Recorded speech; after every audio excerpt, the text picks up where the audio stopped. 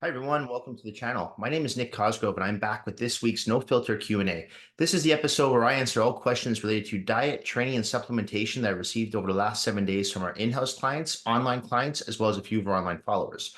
Remember, if you have any questions related to your nutritional plan, workout program, supplements you're taking, not taking, considering taking, please feel free to email me those questions at nick@foreverfitperformance.com, or you can DM me your questions on my Instagram at fitcosgrove_. All right, let's get started with this week's No Filter Q&A with question number 1. Nick, what should I be looking to avoid when reading a food label? Number one thing you should be looking at when reading a food label before anything else is how much sugar is in the food that you are thinking about purchasing. Okay. So, a good rule of thumb I always tell my clients is if the product you are looking at contains more than 5 grams of sugar per serving, put it back on the shelf or save it for a cheat meal. Okay. And that really includes natural sugar as well. You have to remember that the average male, active male, does not need more than 30 grams of sugar per day. The average active female doesn't need more than 25 grams of sugar per day. Keep in mind, we're referring to natural sugar. The body doesn't need processed sugar at all. Okay. So if you're consuming a food that contains 5 grams of sugar, whether it's natural or not, you don't really have much left to go before you hit that 25 gram to 30 gram limit, right? So you've got to be very careful with the sugar content. Okay. So that's the number one thing that I'd recommend looking at. In second, I would look at your saturated fats and your trans fats, because even though the body does need some saturated fat, the body really doesn't need any trans fats. And trans fats can be found in things like pastries, such as muffins, donuts, eclairs, right? A lot of fried foods. So those are fats that the body does not need. They're not healthy fats. And the saturated fats, I wouldn't worry too much about them. However, I would try to keep anything that you're looking at to purchase or to consume, keep your saturated to 3 grams or less per serving. Okay. But that's what I would be looking at primarily. Everyone freaks out about calories and carbs. Listen, yeah, you have to make sure you don't go into a caloric surplus or you're going to put on weight. At the same time, you don't want to be consuming something that's too high in carbohydrates. So when it comes to carbohydrates, my recommendation is try to keep it anywhere from 20 to 30 grams max per serving. Okay. And that works well for most people. But the number one thing you should really be looking at is the sugar. And because sugar, I'll tell you right now, sugar is the number one culprit. When I look at people's nutritional plans, when people come to work with me online and I ask them for a 3-day log of their nutritional plan, usually sugar is the number one culprit I see that most people consume way too much of. Okay, there's sugar in everything. So you've really got to watch your sugar intake, especially in things like condiments, right? You got lots of sugar in just like regular ketchup, lots of sugar in salad dressings, right? So barbecue sauce. So you got to watch all your condiments as well. So sugar is your number one thing to zone in on, okay? Then with a close second, trans fats, and a third, saturated fats. All right, next question. Nick, do you honestly think it's possible to build muscle while following a plant-based diet? Absolutely, yes. It absolutely is possible. I've seen it done numerous times. I work with, right now I have, I believe, 4 vegetarians on my roster right now and 2 vegans. So you most certainly can build muscle while following a plant-based diet. But the one thing you have to be careful about, whether you're a vegetarian or you're a vegan, is that the majority of your protein sources are going to contain carbohydrates. So you have to make sure that you monitor your carbs accordingly. So for example, if you're going to have lentils and beans as your protein source, that contains some carbohydrates. So you have to be careful if you mix that with, let's say, brown rice, yams, or quinoa, because those are direct carbohydrates. So you have to be very careful when you're a vegetarian or vegan because you don't want to consume too much carbs because then you'll put on unwanted weight. So good rule of thumb I usually do with people I work with who follow plant-based diets, I keep their proteins moderately high. So what I mean by their protein sources, things like the kidney beans, lentils, right? Tofu, soy. I keep that relatively high, but I keep their direct carbohydrate sources, such as the yams, the quinoa, sweet potatoes. I keep those low, okay? Because they don't need to have as much direct carbs as someone who's a meat eater because they're already getting the carbs from their protein sources. Okay, so that's the only thing. But you absolutely can put on muscle. So if anyone tells you differently, they're ignorant to the fact that there's tons of good protein in plant-based products, right? And if you're going to consume, if you are a vegetarian, you're going to consume things like egg whites and whey isolate. Well, that's fine. There's no carbs in that. So those are good protein sources, right? But for the most part, when you're trying to have like a full meal and you're looking for something that's like solid food, Unfortunately, most vegetarian or vegan options will contain carbohydrates. So you just have to monitor that and just make sure that your direct carbs are lower than someone who's a meat eater. Okay. So if I'm designing a diet plan for a meat eater versus a vegetarian, I might give my meat eater, 1 cup of brown rice. Whereas with my vegetarian, I might give them just 1/3 of a cup of brown rice, right? Because the vegetarian is going to get more carbs from their protein source versus the meat eater who might have a chicken breast or let's say a flank steak, which contains no carbohydrates. So that's really the only difference, okay? But you absolutely can put on muscle following a plant-based diet. And anyone that says differently is ignorant to the fact that you can get good quality protein sources from both meat and plant-based products. All right. Next question. Nick, what kind of diet do you recommend someone follow if they want to lose fat while continuing to build muscle? So it's not one particular diet. It's not like I'm going to recommend intermittent fasting or keto or carb cycling. It really depends on the individual, right? And it also depends on your lifestyle. So you have to take into consideration your lifestyle, your genetics, how active you are in the gym. Like how many times a week are you going to the gym? Are you someone who goes to the gym 6 days a week? Or are you someone that goes to the gym 2 days a week? Because that's going to factor into how you implement your nutritional plan in accordance to your training program. Right. So it's not that one diet is necessarily better than the other. But if your goal is to build muscle and lose fat at the same time, which can be done, right? We've talked about this before on the channel. A lot of people say that it can't be done, but it can be done. You have to really make sure you're keeping your protein high, lean protein high, your carbohydrates moderate, and your fats moderate. Okay. And I find that works best for most people. Not everyone though, but for most people. Some people I have to put on very low carbohydrate diets, but very high fat diets, right? Whereas some people I have to really watch the fat intake versus their carb intake. If I'm working with someone who's had their gallbladder removed, I can't be giving them as much fat as someone who has a gallbladder, right? So those things you have to pay attention to too when designing a nutritional plan for someone. But typically, what I usually recommend for someone who is trying to build muscle is to go times their body weight by 1.5. And that's what you should be consuming in grams. So if you're 200 pounds, you times it by 1.5, and that's the amount of grams of protein you should be having per day. When it comes to carbohydrates, typically what I'll do if they are trying to lose weight, I'll take their weight and I'll times it by 0.5. And that's how many grams of carbohydrates I'll put on their plan to start. And when it comes to fats, depending on the person I'm working with, it also depends if I'm working with a male versus female. I'll usually go 0.75 times their body weight. And that'll give me a baseline as to where to start them on their macronutrients. And of course, I adjust accordingly as they go along with the nutritional plan from week to week, because as I said, everyone responds to nutritional plans differently. Some people have faster metabolism, some people have slower metabolisms. It really depends on the person I'm working with. But that's the formula I start off with. But again, it changes. But keep your protein high, keep your fats and carbohydrates moderate, and you should see really good results with your physique. Make sure you're training in the gym, doing your cardio, and you should be able to build muscle while losing body fat at the same time. All right. Nick, what is your opinion of people who are not licensed or certified giving diet and training advice on TikTok and YouTube these days? I don't have a problem with people giving advice. I have a problem with people giving the wrong advice. Okay. So I don't necessarily think you have to be certified and licensed as a trainer or dietitian to provide nutritional or training advice. If you have experience, that speaks volumes, right? I do think it's important though, and I've said this before, is I even say this on my Instagram when I put out videos. I always tell people, this is what works for me. It might not necessarily work for you. Okay. So I think it's very negligent to tell people this is how you should eat and this is how you should train. Especially if you're not licensed and certified, you should just be saying, hey, this is what works for me. You might want to try it and see if it works for you. I see nothing wrong with that. The problem is when people start giving out the wrong advice and they don't understand the science behind the nutritional component or the training program, right? So I always like to tell people the science. So if I'm working with someone in the gym, I like to explain to them why I'm giving them certain exercises for their physique. Okay.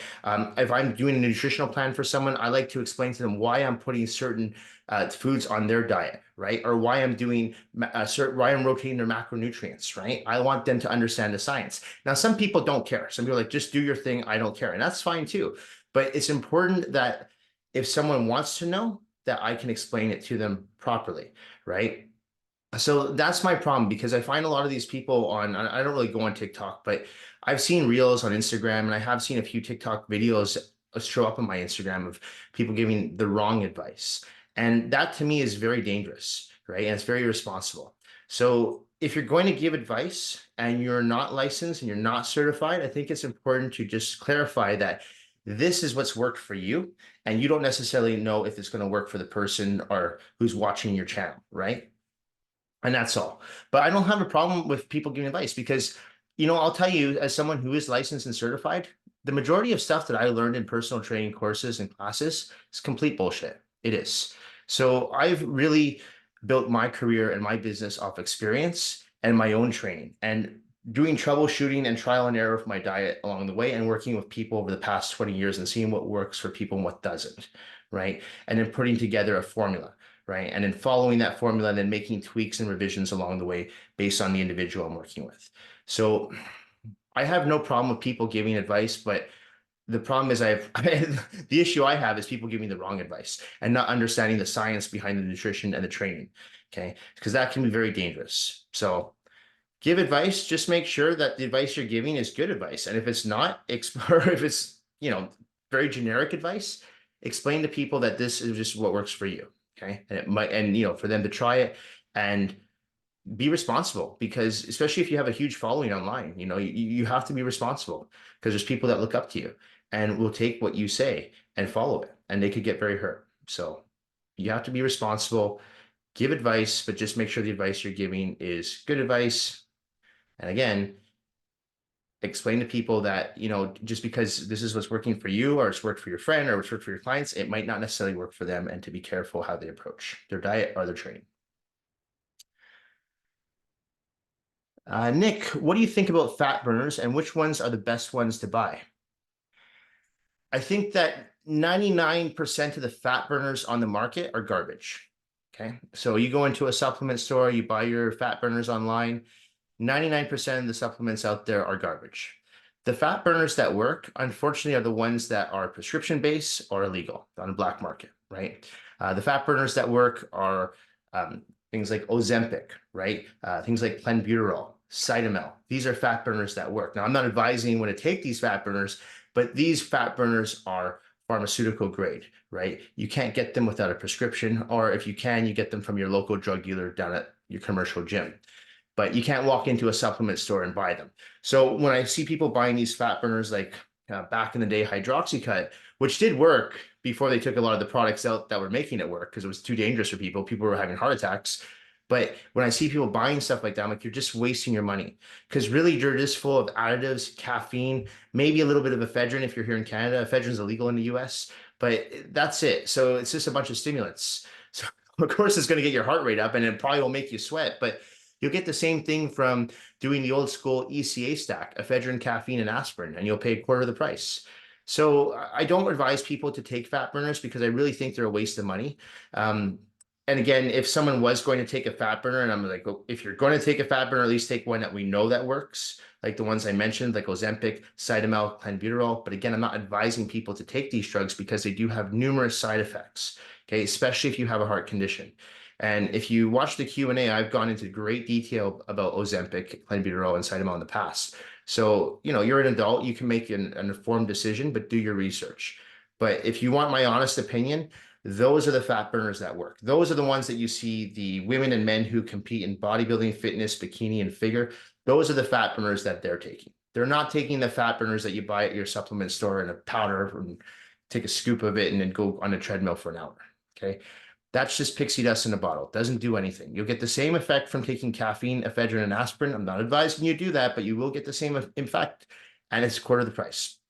So I would stay away from fat burners. I would just get down to business with your cardio and your diet, and that should be enough. And if it's not, then you have to go and talk to your doctor about maybe getting your thyroid tested if you're finding it really hard to lose fat.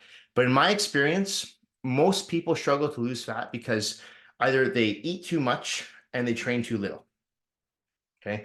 That's usually what happens. They're not burning as much calories as they're taking in. That's why they're not losing fat.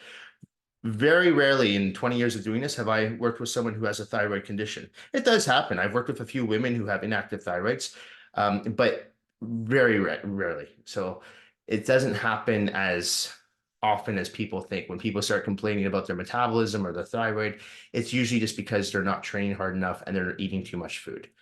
Clean up your diet, get your ass in the gym. That should get you results. Okay. Nick, recent stats show that women prefer the dad bod look to a lean, muscular guy. Why do you think this is?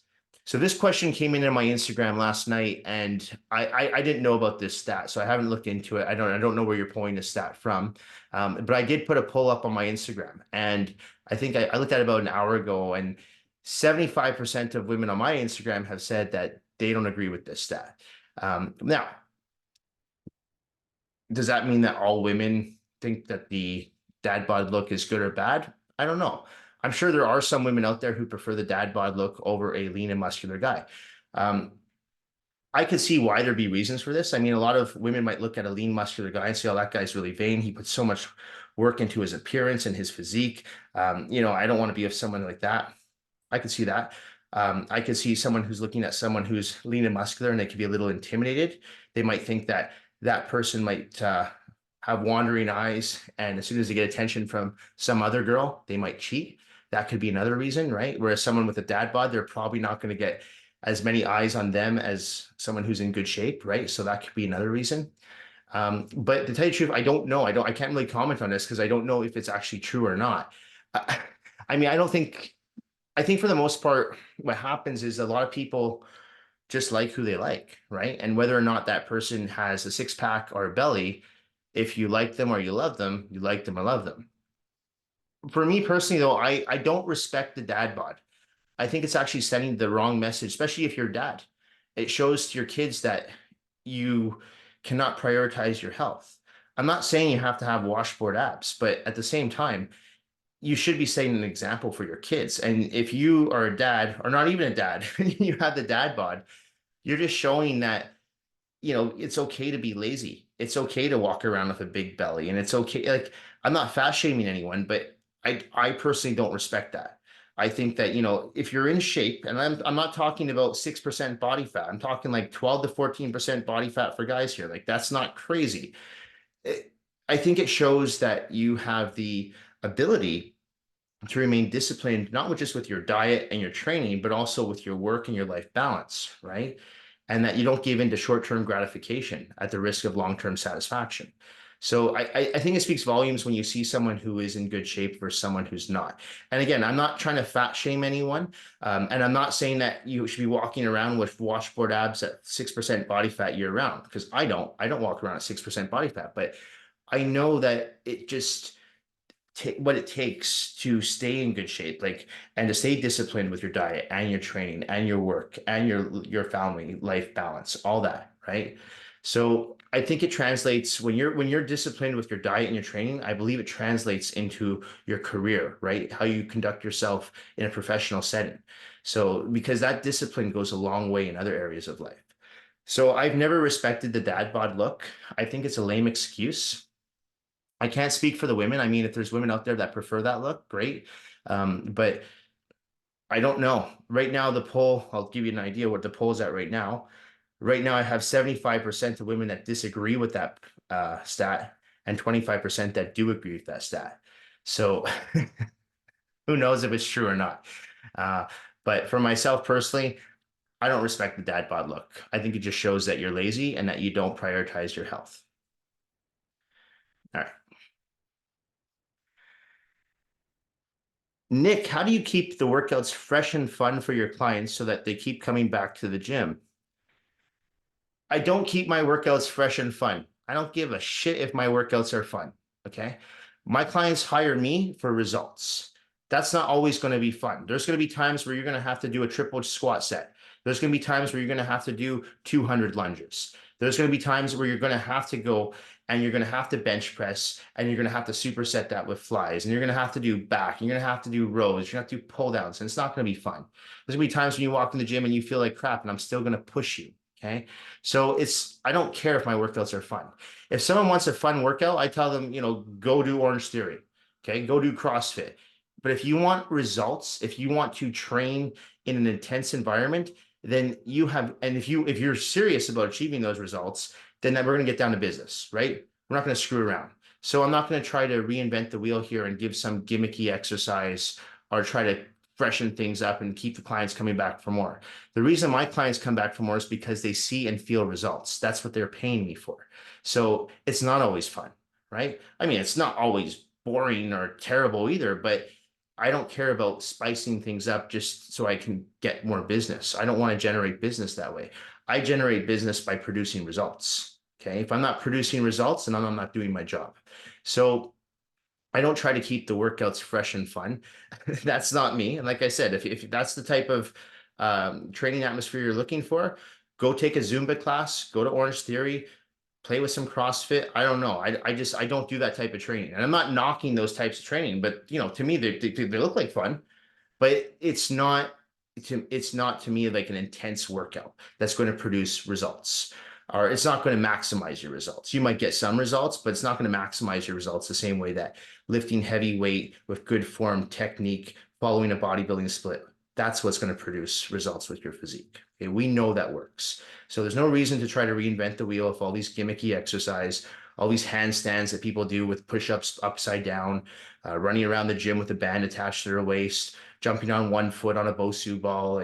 That to me is Cirque du Soleil shit. So if you want results, you got to get back to the basics. You got to bench press. You got to do squats. You got to do lat pull downs. You got to do rows. You got to do curls. All the things that a lot of people don't want to do because they're boring or hard.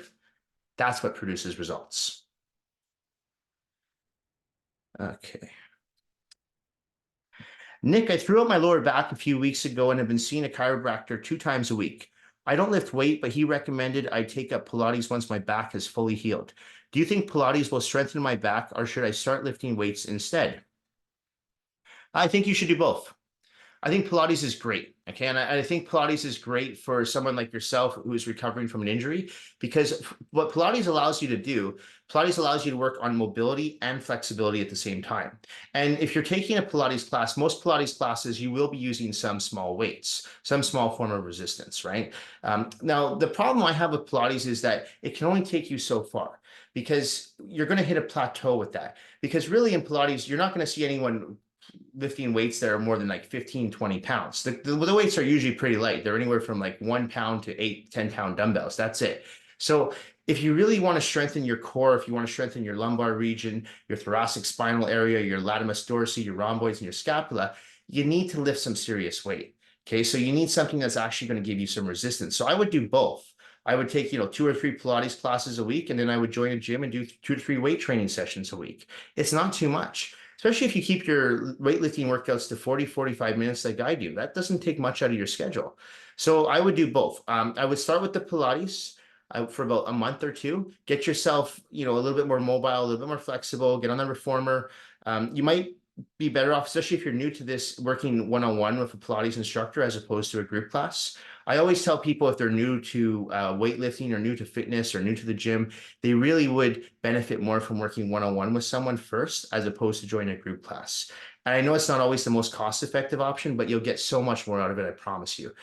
If you're a beginner and you go to a class and it's really hard for the instructor to give you that customized one-on-one attention that you so desperately need, just so you can learn proper form and technique. And then once you have a few sessions under your belt with that instructor, then you can join a group class.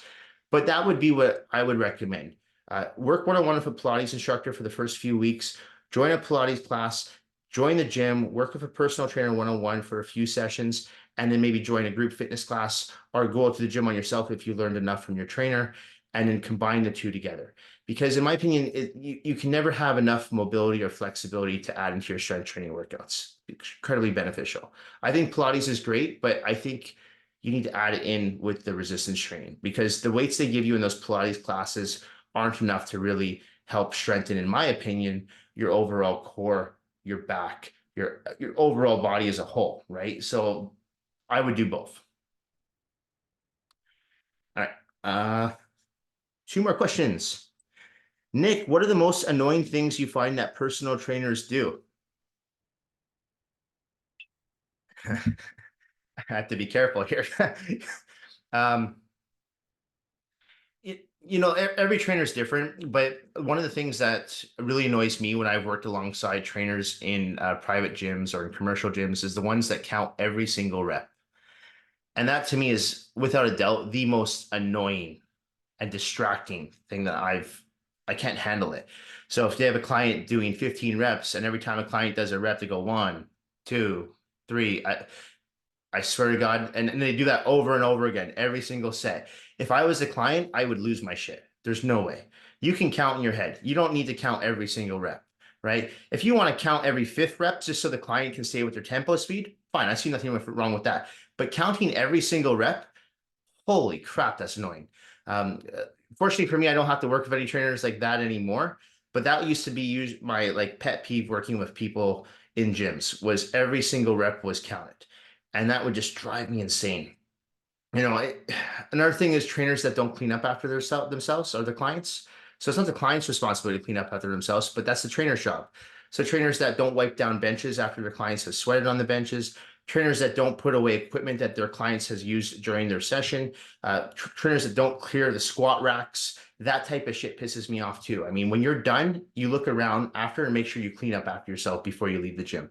So counting reps and not cleaning up after yourself, without a doubt, those are the most annoying things. If I were to add one more to that, it would be a lack of, not a lack of, but too much tunnel vision. So a lack of looking around and seeing what's around you, right? So a lot of trainers come in the gym and they kind of look like this and they don't realize that, hey, this person's doing a circuit right now with 3 of their clients. You're interrupting that circuit, right? Or this person's doing a superset. They're going back and forth and you just jump in. Well, pay attention, right? Pay attention to what's going on around you. Respect someone's personal space. Don't be right on top of them. So those are things that, they're first world problems, but if you're asking me firsthand, I find them to be fairly annoying.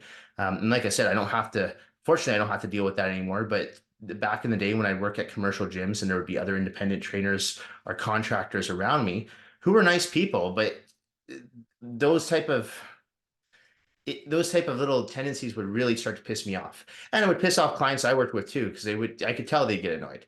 So you don't need to count every single rep. You should clean up after yourself. You should respect personal space, right?